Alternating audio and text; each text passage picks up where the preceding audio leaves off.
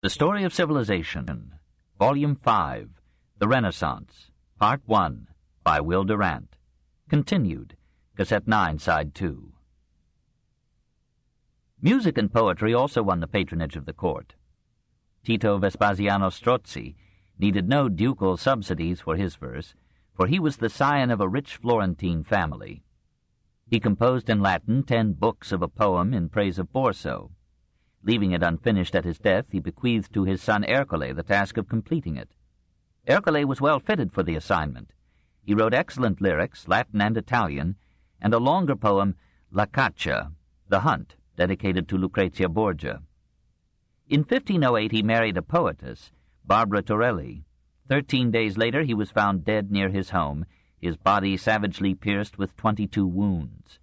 This is a mystery story still unsolved after 4 centuries. Some have thought that Alfonso had approached Barbara, had been repulsed, and revenged himself by hiring assassins to kill his successful rival. It is unlikely, for Alfonso, as long as Lucrezia lived, showed her every sign of fidelity. The desolate young widow composed an elegy whose ring of sincerity is rare in the usually artificial literature of the Ferrara court. "Why may I not go down to the grave with thee?" she asks the slain poet. "Would that my fire might warm this frigid ice, and turn with tears this dust to living flesh, and give to thee anew the joy of life. Then would I boldly, ardently confront the man who snapped our dearest bond, and cry, 'O cruel monster, see what love can do.'" In this courtly society, dowered with leisure and fair women, the French romances of chivalry were a daily food.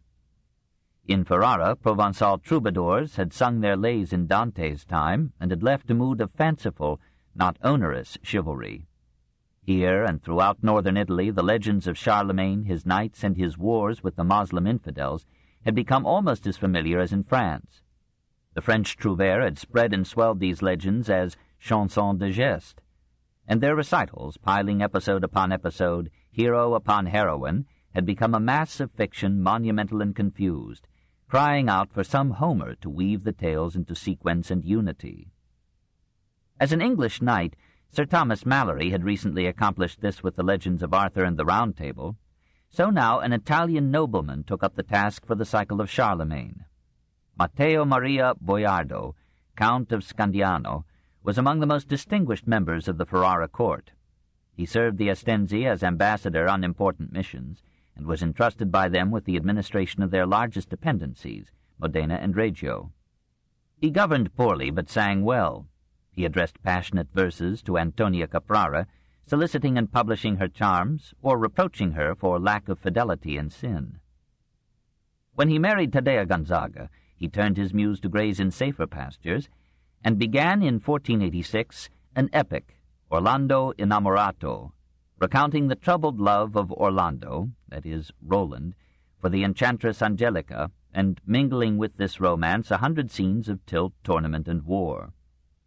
A humorous legend tells how Boiardo sought far and wide to find a properly resounding name for the boastful Saracen in his tale, and how, when he hit upon the mighty cognomen of Rodomonte, the bells of the Count's fief, Scandiano, were set ringing for joy, as if aware that their lord was unwittingly giving a word to a dozen languages. It is hard for us in our own exciting times, agitated even in peace with the tilts and tournaments of hostile words, to interest ourselves in the imaginary wars and loves of Orlando, Rinaldo, Astolfo, Ruggiero, Agramante, Marfisa, Fiordalisa, Sacripante, Agricane. And Angelica, who might have stirred us by her beauty, disconcerts us by the supernatural enchantments that she practices. We are no longer bewitched by sorceresses. These are tales that befitted a comely audience in some palace bower or garden close, and indeed we are told the Count read these cantos at the Ferrara court, doubtless a canto or two at a time. We do Boiardo and Ariosto injustice when we try to take them an epic at a time. They wrote for a leisurely generation and class, and Boiardo for one that had not yet seen the invasion of Italy by Charles VIII. When that disillusioning humiliation came, and Italy saw how helpless she was, with all her art and poetry, against the ruthless powers of the North, Boiardo lost heart, and after writing 60,000 lines he dropped his pen with a stanza of despair. O God Redeemer, even while I sing, I see all Italy in flame and fire, brought by these Gauls who, spurred with courage high, advanced to make a desert everywhere. He did well to end, and wisely died in 1494, before the invasion had reached full force. The noble sentiment of chivalry that had found rough utterance in his poetry evoked only the rarest response in the troubled generation that ensued. Though he had earned a niche in history by developing the modern romantic epic, his voice was soon forgotten in the wars and turmoil of Alfonso's reign, in the alien rape of Italy, and in the seductive beauty of Ariosto's gentler verse. 4. Ariosto. As we approach the supreme poet of the Italian Renaissance, we must remind ourselves that poetry is not an untranslatable music, and that those of us to whom the Italian language is not a native boon must not expect to understand why Italy ranks Lodovico Ariosto only next to Dante among her bards, and reads the Orlando Furioso with an affectionate delight surpassing that which Englishmen take in Shakespeare's plays. We shall hear the words, but miss the melody. He was born on September 14, 1474, at Reggio Emilia, where his father was governor. In 1481, the family moved to Rovigo, but apparently Lodovico received his education in Ferrara. Like Petrarch, he was set to study law but preferred to write poetry. He was not much disturbed by the French invasion of 1494, and when Charles VIII prepared a second descent into Italy in 1496, Ariosto composed an ode in Horatian style, putting the matter in what seemed to him a proper perspective. What signifies to me the coming of Charles and his hosts? I shall rest in the shade, hearkening to the gentle murmur of the waters, watching the reapers at work. And thou, O my Phyllis, wilt stretch thy white hand among the enamelled flowers, and weave me garlands to the music of thy voice. In 1500 the father died, leaving to his 10 children a patrimony sufficient to support 1 or 2. Lodovico, the oldest, became father of the family, and began a long struggle with economic insecurity. His anxieties warped his character into a timidity and angry subservience unintelligible to those who have never hungered between rhymes. In 1503 he entered the service of Cardinal Ippolito d'Este.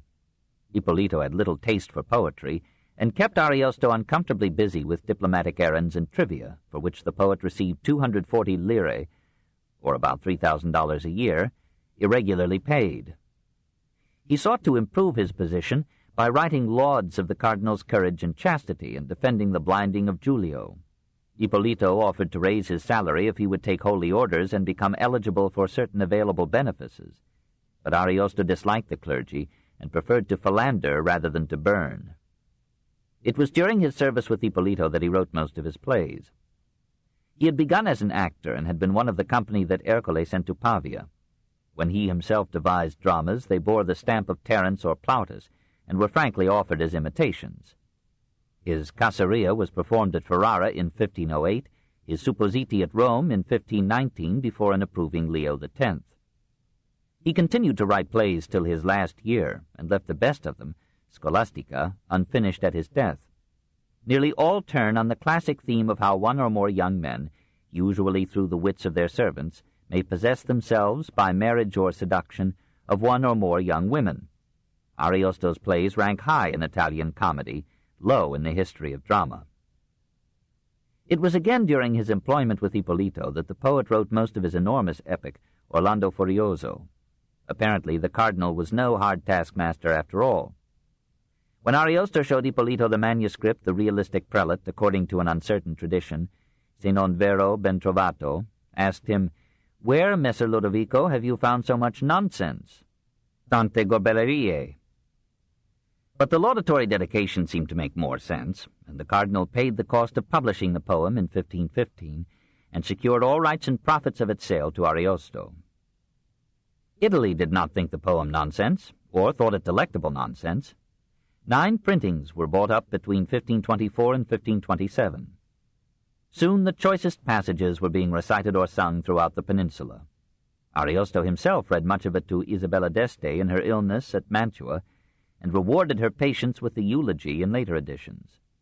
He spent 10 years, from 1505 to 1515, writing the Furioso, 16 more in polishing it, Every now and then he added a canto, until the whole ran to almost 39,000 lines, equivalent to the Iliad and the Odyssey combined. At first, he merely proposed to continue and expand Boiardo's Orlando Inamorato.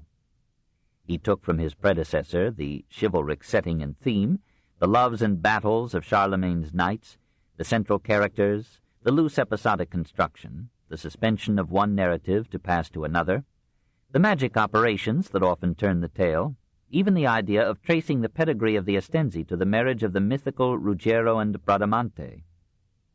And yet, while praising 100 others, he never mentions Boiardo's name. No man is a hero to his debtor. Perhaps Ariosto felt that the theme and characters belonged to the cycle of legends themselves, rather than to Boiardo.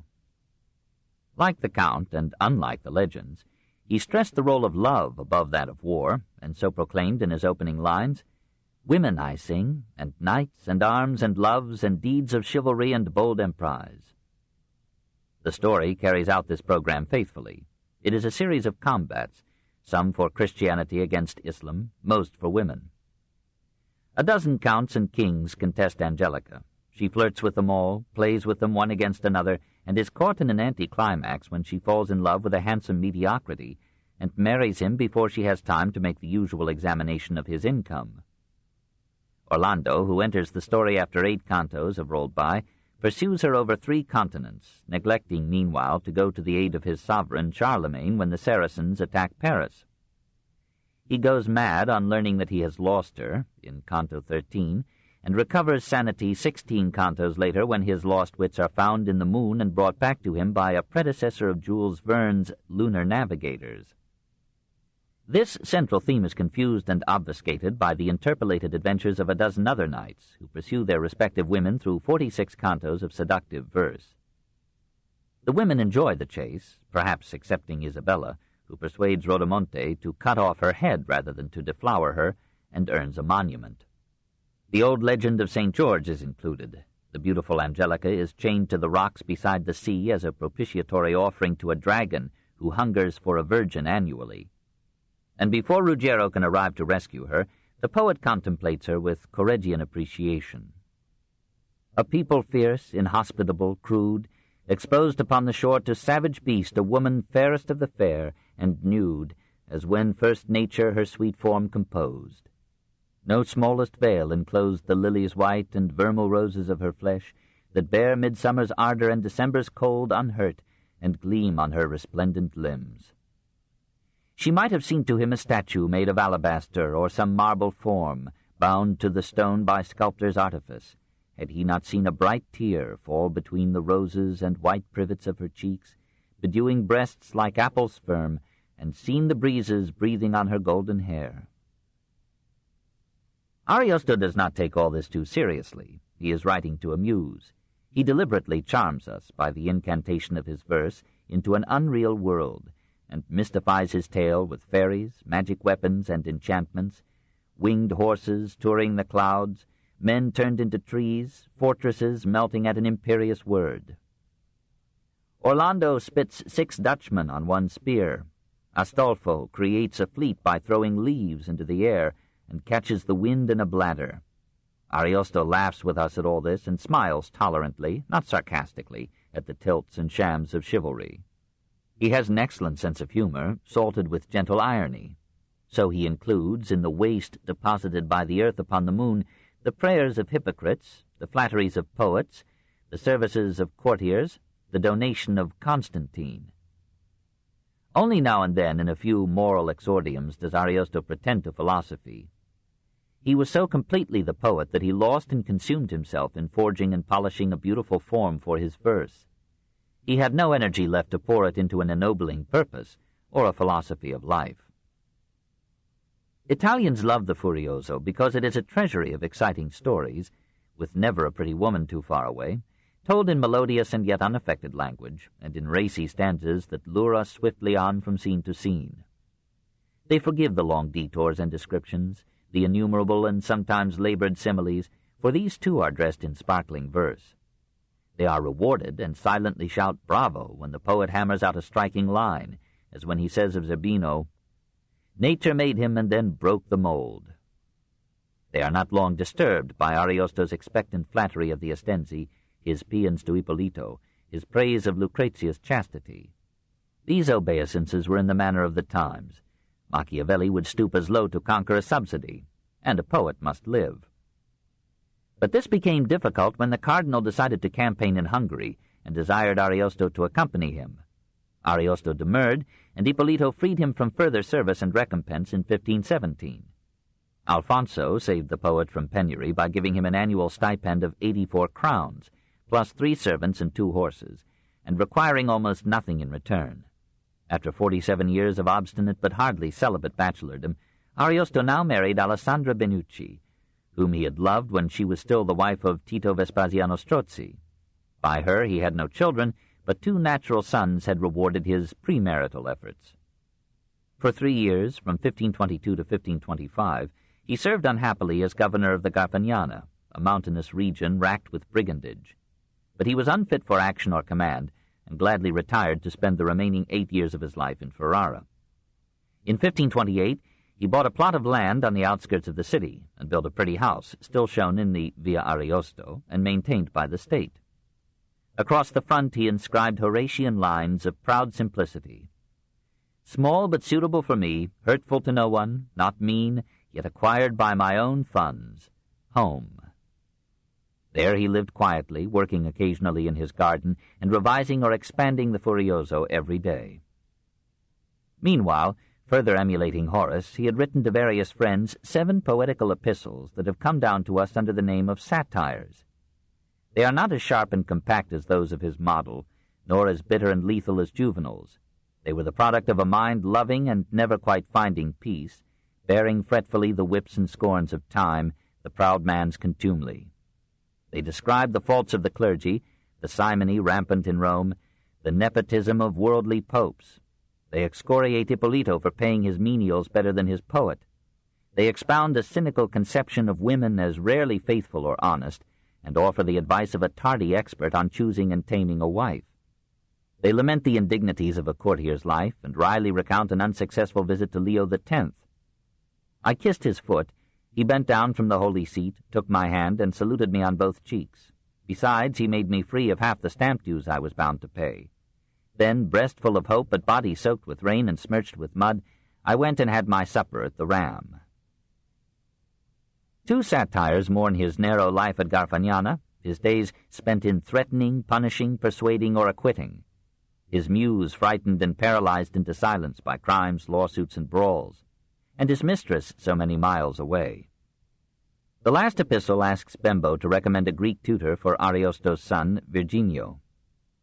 The Greek must be learned but also of sound principles, for erudition without morality is worse than worthless. Unhappily, in these days it is difficult to find a teacher of this sort. Few humanists are free from the most infamous of vices, and intellectual vanity makes most of them skeptics also. Why is it that learning and infidelity go hand in hand? Ariosto himself had through most of his life taken religion lightly, but like nearly all the intellects of the Renaissance, he made his peace with it in the end. Even from youth he had suffered from a bronchial catarrh, which was probably aggravated by his travels as courier for the cardinal. In 1532 the trouble sank deeper and became tuberculosis. He struggled against it as if not satisfied with the mere immortality of fame. He was only 58 when he died in 1533.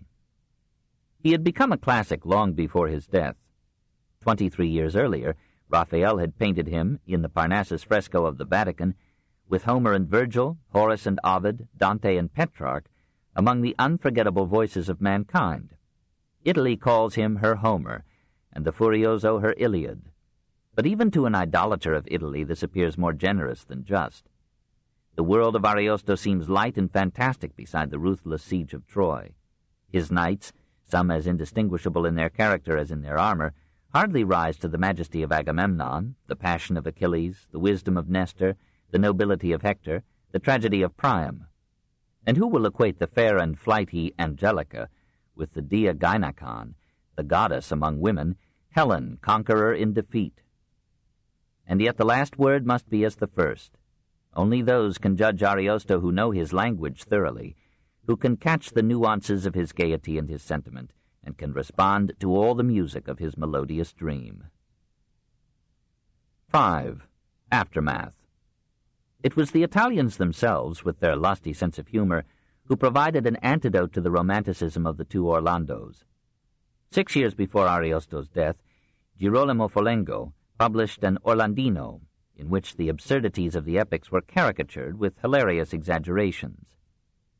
Girolamo heard the skeptical lectures of Pomponazzi at Bologna, adopted a curriculum of amours, intrigues, fisticuffs, and duels, and was expelled from the university. His father disowned him, and he became a Benedictine monk in 1507, perhaps as a means of subsistence. 6 years later, he fell in love with Girolama Dieda and eloped with her.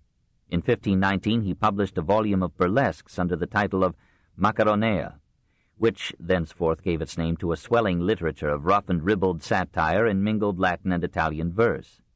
The Orlandino was a riotous mock epic in coarse and popular vernacular, pursuing a serious vein for a stanza or two, then startling the reader with a thought and phrase worthy of the most scatophilic privy councillor. The knights, armed with kitchen utensils, rush into the lists on limping mules. The leading churchman of the tale is the monk Grifarosto, Abbot Grab the Roast, whose library consists of cookbooks interspersed with victuals and wine, and all the tongues he knew were those of oxen and swine. Through him, Folengo satirizes the clergy of Italy to any Lutheran's content. The work was received with guffaws of applause, but the author continued to starve. Finally, he retired again to a monastery, wrote pious poetry, and died in the odor of sanctity at 53 in 1544. Rabelais relished him, and perhaps Ariosto, in his final years, joined in the merriment. Alfonso I kept his little state secure against all the assaults of the papacy, and at last took a reckless revenge by encouraging and abetting the German-Spanish army that besieged, captured, and plundered Rome in 1527. Charles V expressed appreciation by restoring to him Ferrara's ancient fiefs, Modena and Reggio, so that Alfonso transmitted his duchy undiminished to his heirs.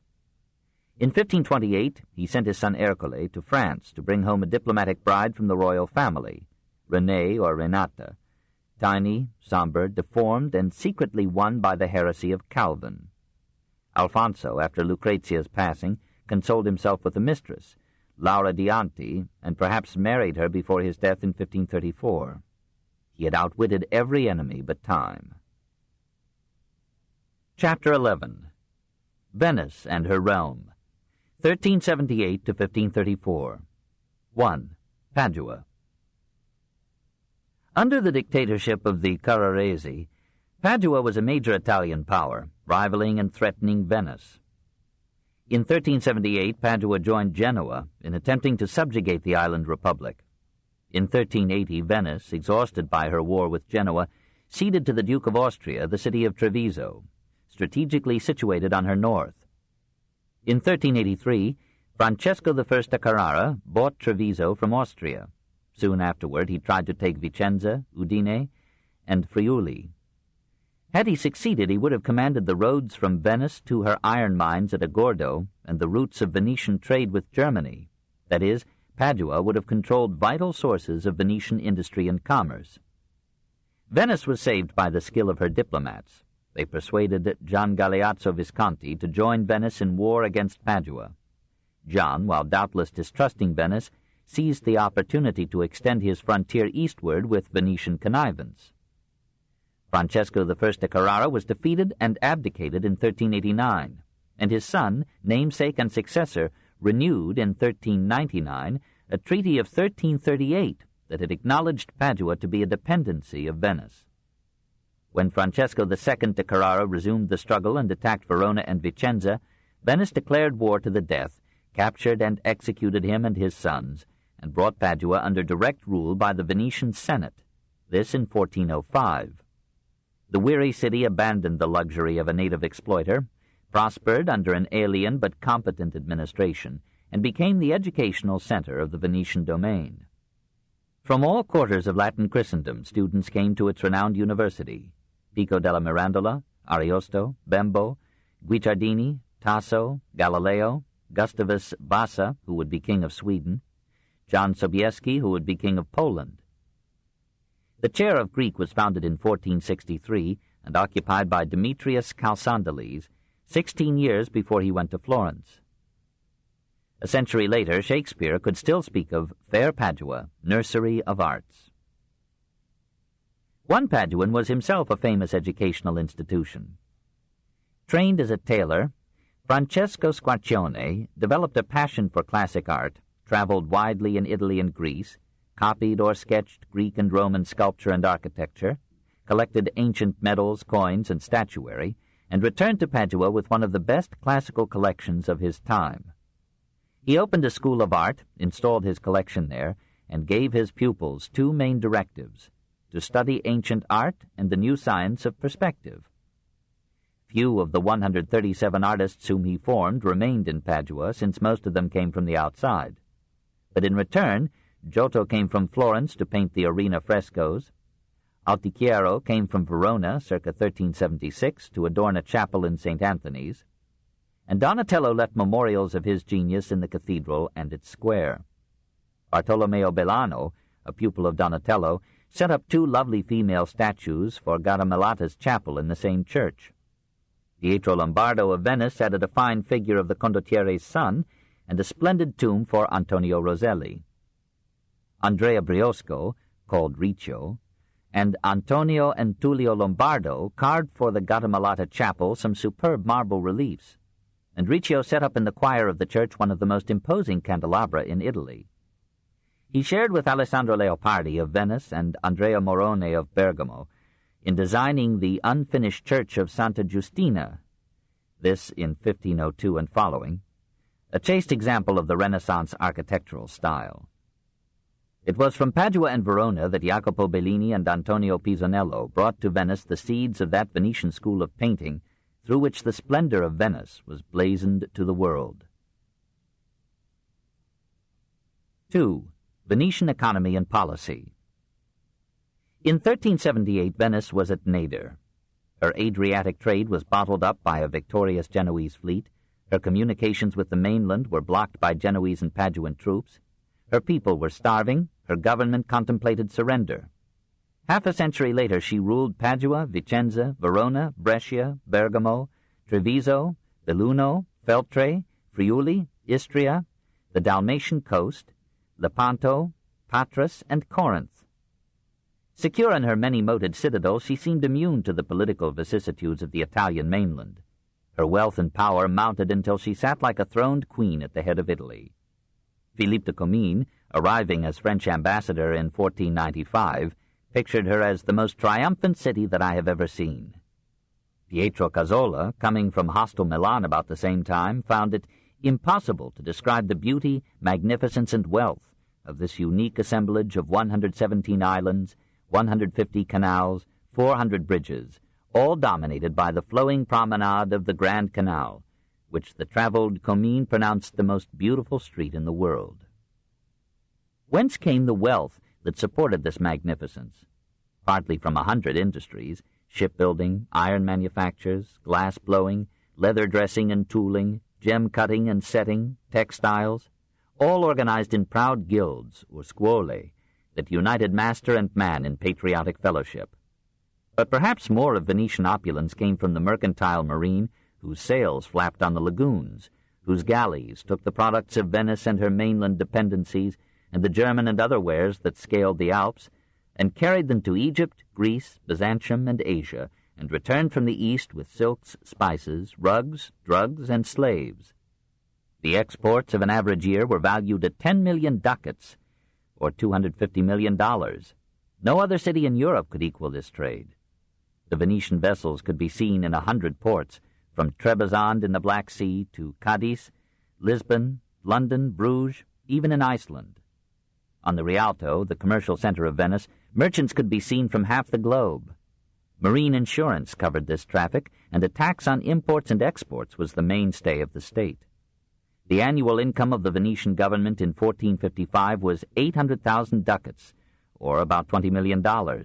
In the same year, the revenue of Florence was some 200,000 ducats, of Naples 310,000, of the Papal States 400,000, of Milan 500,000, of all Christian Spain 800,000. This commerce dictated the policies, as it so largely financed the operations of the Venetian Republic. It raised to power a mercantile aristocracy that made itself hereditary and controlled all the organs of the state. It kept a population of 190,000, in 1422, profitably employed, but it left them dependent upon foreign markets, materials, and food. Imprisoned in her labyrinth, Venice could feed her people only by importing food. She could supply her industries only by importing lumber, metals, minerals, leather, cloth. And she could pay for these imports only by finding markets for her products and her trade. Dependent on the mainland for food, outlets, and raw materials, she fought a succession of wars to establish her control over northeastern Italy.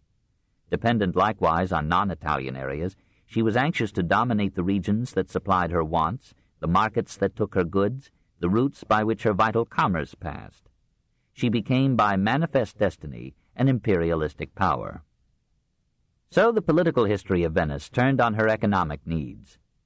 When the Scaligeri at Verona, or the Carraresi at Padua, or the Visconti at Milan attempted to spread their sway over northeastern Italy, Venice felt endangered and took to arms. Fearful that Ferrara might control the mouths of the Po, she tried to determine the choice or policy of the ruling marquis there, and resented the claims of the papacy to Ferrara as its fief. Her own westward expansion angered Milan, which had expansive ideas of its own. When Filippo Maria Visconti attacked Florence in 1423, the Tuscan Republic appealed to Venice for aid, and pointed out that a Milan master over Tuscany would soon absorb all Italy north of the Papal States. In a debate often repeated in history, Doge Tommaso Mocenigo, dying, pled in the Venetian Senate the cause of peace. Francesco Foscari argued for an offensive war of defense. Foscari won, and Venice began with Milan a series of wars that lasted, with some lucid intervals, from 1425 to 1454. The death of Filippo Maria in 1447, the chaos of the Ambrosian Republic in Milan, and the capture of Constantinople by the Turks inclined the rival states to sign at Lodi, a treaty that left the island republic exhausted but victorious. Her expansion in the Adriatic began with a legitimate excuse. Her geographical position as the northernmost port of the Mediterranean was the fortune of Venice, but it was of no worth without control of the Adriatic. The eastern coast offered in its isles and bays convenient lairs for pirate vessels, whose raids were a frequent loss and constant peril to Venetian shipping. When Venice bribed the Crusaders to help her take Zara in 1202, she acquired a post from which year by year to clear out these pirate nests until all the Dalmatian coast accepted her sovereignty. When those same Crusaders raped Constantinople in 1204, Venice received as her share of the spoils Crete, Salonika, the Cyclades, and the Sporades, precious links in a golden chain of trade. With leisurely pertinacity she took Durazzo, the Albanian coast, the Ionian Islands, from 1386 to 1392, Friuli and Istria, from 1418 to 1420, Ravenna in 1441. She was now indisputably Queen of the Adriatic, and charged tolls to all non-Venetian vessels plying that sea. As the advance of the Ottoman Turks toward Constantinople made it difficult for that capital to defend the outlying possessions of Byzantium, many Greek islands and cities submitted themselves to Venice as the only power ready to protect them. In Cyprus, a stately queen, Caterina Cornaro, last of the Lusignan line, was persuaded that she could not hold her island against the Turks. She abdicated in favor of a Venetian governor in 1489 and a Venetian pension of 8,000 ducats a year. She retired to an estate at Asolo, near Treviso, set up an unofficial court, patronized literature and art, and became the subject or dedicatee of poems and operas and paintings by Gentile Bellini, Titian, and Veronese. All these laborious conquests of diplomacy or arms, these outlets, guardians, and tributaries of Venetian trade, faced in their turn the rising tide of the Ottomans. At Gallipoli in 1416, a Turkish garrison attacked a Venetian fleet. The Venetians fought with their usual courage and won a decisive victory. For a generation, the rival powers lived in a truce and commercial amity that shocked a Europe anxious to have Venice fight Europe's battle against the Turks. Even the fall of Constantinople did not disrupt this entente. Venice arranged a tolerable commercial treaty with the victorious Turks and exchanged courtesies with the conqueror. But now, Venetian access to the lucrative trade of the Black Sea ports was dependent on Turkish permission and soon met with irritating limitations. When Pius II, voicing the sentiments of a Christian and the commercial interests of Europe, proclaimed a crusade against the Turks and received pledges of arms and men from the European powers, Venice responded to the call, hoping to repeat the strategy of 1204. But the powers welched on their promises, and Venice found herself alone at war with the Turks in 1463. For 16 years she carried on this struggle. She was defeated and despoiled.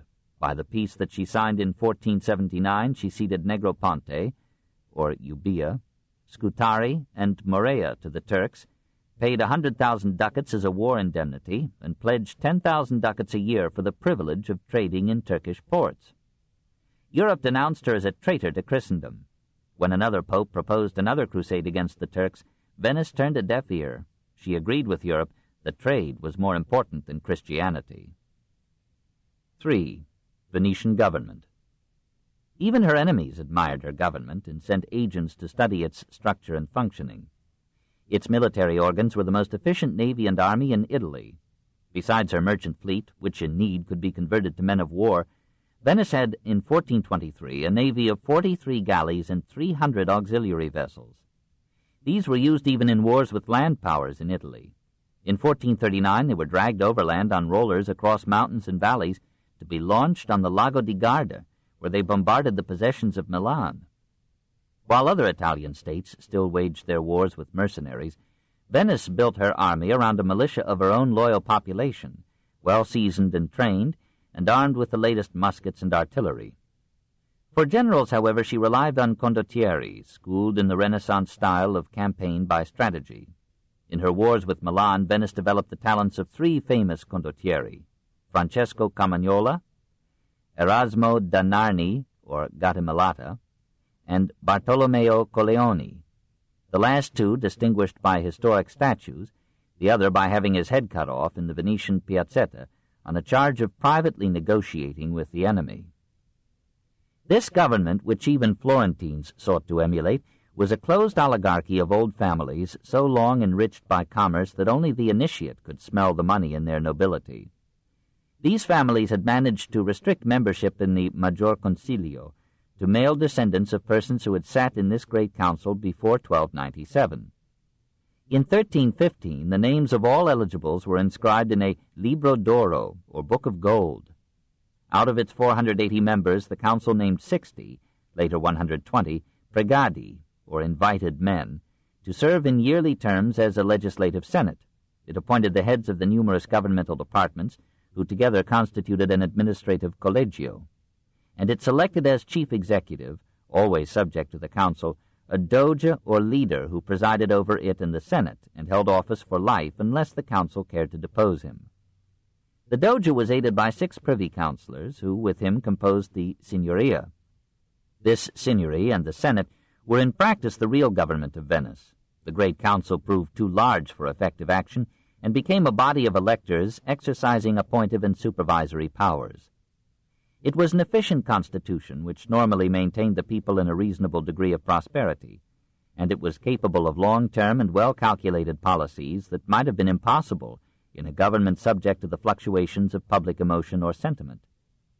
The great majority of the population, though excluded from office, showed no active resentment against the ruling minority. In 1310, a group of excluded nobles under Bajamante Tiepolo rose in revolt, and in 1355, Doge Marino Faliero conspired to make himself dictator. Both attempts were easily suppressed. To guard against internal or external conspiracies, the Maggior Consiglio yearly chose from its membership a Council of 10 as a committee of public safety. Through its secret sessions and trials, its spies and swift procedure, this Consiglio di Dieci became for a time the most powerful body in the government. Ambassadors often reported to it secretly and held its instructions more binding than those of the Senate, and any edict of the 10 had the full force of law. 2 or 3 of its members were delegated each month as Inquisitori di Stato, to search among the people and the officials for any suspicion of malfeasance or treason. Many legends arose around this Council of 10, usually exaggerating its secrecy and severity. It published its decisions and sentences to the Great Council.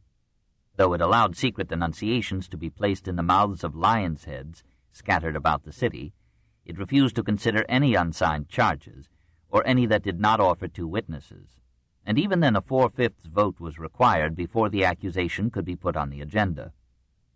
Any person arrested had the right to choose two counsel for his defense before the 10. A condemnatory sentence had to receive a majority vote on 5 successive ballots. The number of persons imprisoned by the 10 was very small.